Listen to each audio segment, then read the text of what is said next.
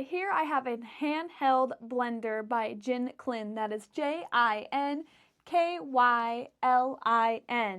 Now, first and foremost, the handheld blender itself is very lightweight, but still pretty dense, with most of the weight being centered towards here, making it bottom heavy. You have the on button right here, which does just so short bursts, as well as turbo here. On the bottom here, you can attach various different parts. So this bottom part here, you can attach mixers and it will move.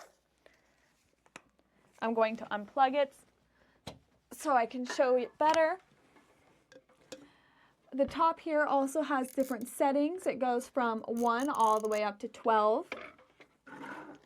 You also have a measuring cup right here, plastic,